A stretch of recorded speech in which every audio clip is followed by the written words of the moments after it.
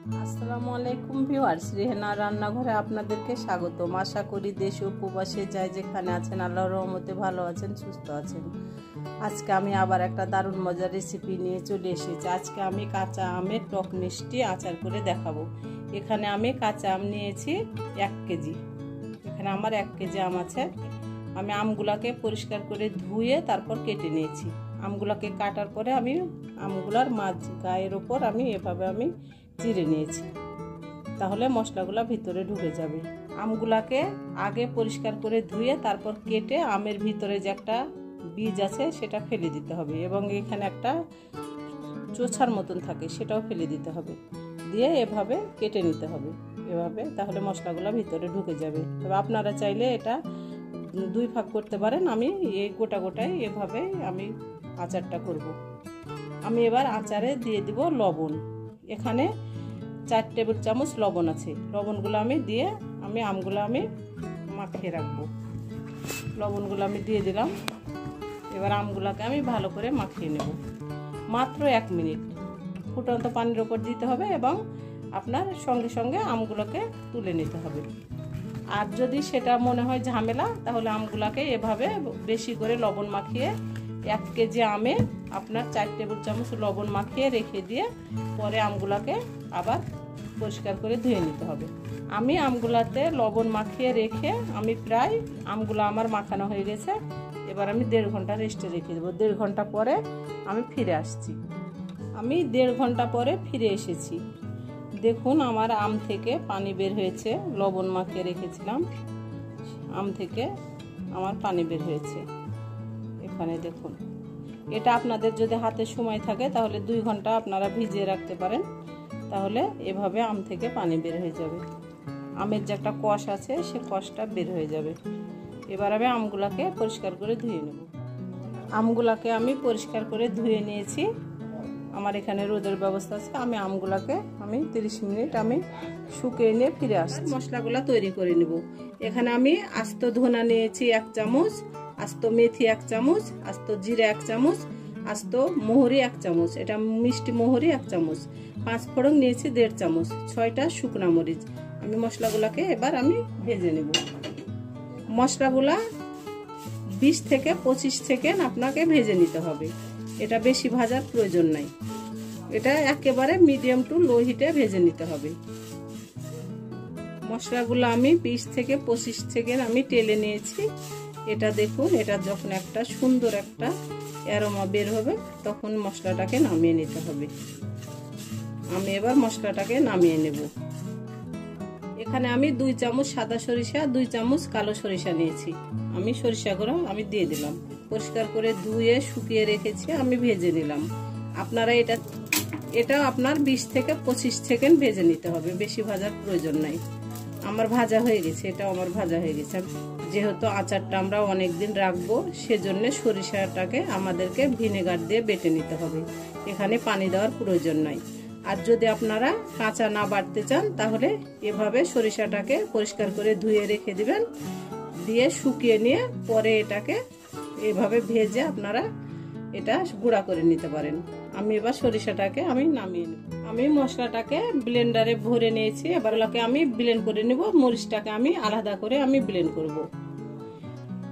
মশলাটাকে ব্লেন্ড করে নিয়ে ফিরে আসছি। মশলাটা ব্লেন্ড করে নিয়েছি। এই চুলায় কড়াই বসিয়ে দিয়েছি। দিয়ে দেব তেল। এখানে সরিষার তেল ব্যবহার করব। দিয়ে দিলাম সরিষার তেল। আচার অবশ্যই সরিষার তেল দিয়ে করতে হবে। আচারটা 300 গ্রাম তেল হবে।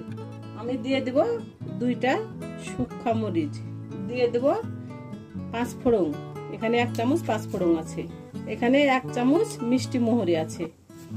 এবার এটার একটা ফোড়ন তুলে নেব। এটা 20-25 সেকেন্ড ভেজে এটার ফোড়ন তুলে নিতে হবে। আমার ফোড়ন উঠে গেছে। এবার দিয়ে দেব আমগুলাকে 30 মিনিট রোদে রেখে শুকিয়ে নিয়েছি। আমগুলো দিয়ে দিলাম। এবার আমগুলাকে ভালো করে নেড়ে চেড়ে নেব। এখানে দিয়ে দিব রসুন বাটা 1 চামচ। 1 চামচ রসুন বাটা দিয়ে দিলাম। হলুদের গুঁড়া 1 চামচ। 1 কেজি আম আছে যেহেতু হলুদের গুঁড়াটা 1 চামচ ব্যবহার করলাম। আমি এবার ভালো করে আমগুলোকে নেড়ে চেড়ে নেব। আমি এবার দিয়ে দেবো লবণ। আমি আম যখন মাখিয়ে রাখি তখন আমি লবণ ব্যবহার করেছিলাম 4 চামচ, আবার এখানে দিয়ে দিলাম 2 চামচ লবণ। আমার লবণ লাগলে আমি পরে ব্যবহার করব। আমি এবার 2 চামচ আমি লবণ দিয়ে দিলাম। আমরা যে মরিচটা ভেজে নিয়েছিলাম আমি সে মরিচটা আমি দিয়ে দিলাম। এখানে আমি মরিচটা এটা ব্লেন্ড করিনি, আমি এখানে আদা ভাঙা করে নিয়েছি। আমি মরিচের গুঁড়াটা দিয়ে দিলাম। আমরা যে মশলাটা তৈরি করেছিলাম সেখান থেকে আমি অর্ধেক মশলা আমি দিয়ে দেব। তাহলে আমি অর্ধেক মশলা আমি দিয়ে দিলাম। আমি অর্ধেকটা রেখে দেবো, আমি পরে এটা ব্যবহার করব। আমি এবার ভালো করে আবারও নেড়ে চেড়ে দেব। আমি এবার দিয়ে দেবো চিনি। আপনারা চাইলে এখানে আখের গুঁড়ো ব্যবহার করতে পারেন, তবে আমি এখানে চিনি ব্যবহার করলাম। এখানে আমি প্রায় 250 গ্রাম চিনি দিয়ে দিলাম। আর আমি যেহেতু টক ঝাল মিষ্টি আচার করব সেজন্য আমি চিনিটা 1 কেজি আমে আমি 250 গ্রাম আমি চিনি ব্যবহার করলাম। আমি এবার আস্তে আস্তে আমি আমগুলোকে নেড়ে চেড়ে দেব, আমগুলা যেন গলে না যায়। আর চুলার আঁচটা মিডিয়াম টু লো রাখতে হবে। আমরা যেহেতু আচারটা অনেক দিন রাখবো সেজন্য আমাদেরকে এখানে অবশ্যই ভিনেগার ব্যবহার করতে হবে। আমি দিয়ে দিলাম ভিনেগার। আমি 4 চামচ ভিনেগার দিয়ে দিলাম। এখানে আপনার 1 ফোঁটাও পানি ব্যবহার করা যাবে না। আপনাকে মিডিয়াম টু লো হিটে আমটা আস্তে আস্তে রান্না করে নিতে হবে। তবে আমের আচারে আখের গুড় দিলে আচারের কালারটা দেখতে খুব সুন্দর হয়। আমি এবার আস্তে আস্তে করে আমি নেড়ে চেড়ে দেব। আমার সব কিছু দেওয়া হয়ে গেছে। এবার আমি ঢাকনা দিয়ে ঢেকে দেব। ঢাকনা দিয়ে ঢেকে আমি 5 মিনিট রান্না করে নেব। 5 মিনিট পরে আমি ফিরে আসছি। 5 মিনিট পরে আমি ঢাকনাটা উঠিয়ে নিলাম।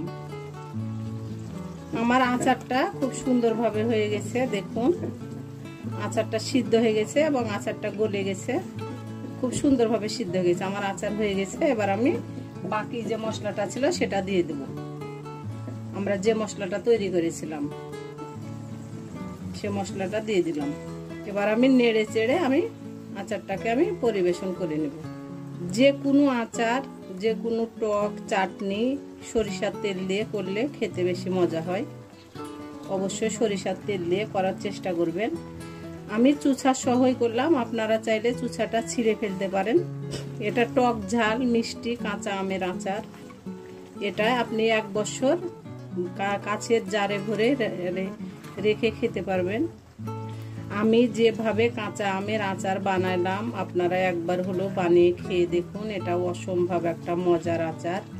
এটা আপনি ভাত খিচুড়ি আপনি সব কিছুর সঙ্গে আপনি পরিবেশন করতে পারবেন। আচারের তেল দিয়ে আপনি মুড়ি মেখে খেতে পারবেন। এই আচারের তেল দিয়ে আপনি ভর্তা করে খেতে পারবেন। আমার ভিডিওগুলো যদি ভালো লাগে তাহলে অবশ্যই আমার ভিডিওগুলো দেখার অনুরোধ রইল। আপনারা আমার ভিডিওগুলো দেখে চলে যাবেন না। যদি ইউটিউব থেকে দেখেন তাহলে অবশ্যই একটা সাবস্ক্রাইব করে দিবেন। যদি ফেসবুক থেকে দেখেন তাহলে একটা ফলো দিয়ে দিবেন। হাতে যদি সময় থাকে তাহলে অবশ্যই একটা শেয়ার করে দিবেন। আপনাদের একটা শেয়ারে আমি অনেক দূরে এগিয়ে যেতে পারবো। আপনারা অবশ্যই আমাকে সাপোর্ট করুন, আমার পাশে থাকুন। এই চ্যানেলটিতে সব থেকে বেশি প্রয়োজন আপনাদের সাপোর্টের। আপনারা যদি আমাকে সাপোর্ট না করেন, আমার পাশে না থাকেন, তাহলে আমি কোনোদিনে চ্যানেলটি নিয়ে সামনে এগিয়ে যেতে পারবো না। আমি প্রথমে 3 মাস কাজ করেছিলাম, তারপরে আমি 2 বছর কাজ করতে পারিনি, কারণ আমি খুব অসুস্থ ছিলাম। আমি আবার নতুন করে কাজ শুরু করেছি। আপনারা অবশ্যই আমাকে সাপোর্ট করুন, আমার পাশে থাকুন। আমি এবার পরিবেশন করে নেব। আমি আপনাদেরকে পরিবেশন করে দেখাচ্ছি। আমার পরিবেশন করা, আশা করি আমার রেসিপিটা অবশ্যই ভালো লাগবে। যদি ভালো লাগে তাহলে আমার চ্যানেলটিতে লাইক কমেন্ট শেয়ার করতে ভুলবেন না। বেশি বেশি করে সাবস্ক্রাইব করার অনুরোধ রইল। তাহলে আজকের মতো এখানে বিদায়। আবার অন্য কোনো রেসিপি নিয়ে আসবো। সবাই ভালো থাকবেন। আল্লাহ হাফেজ।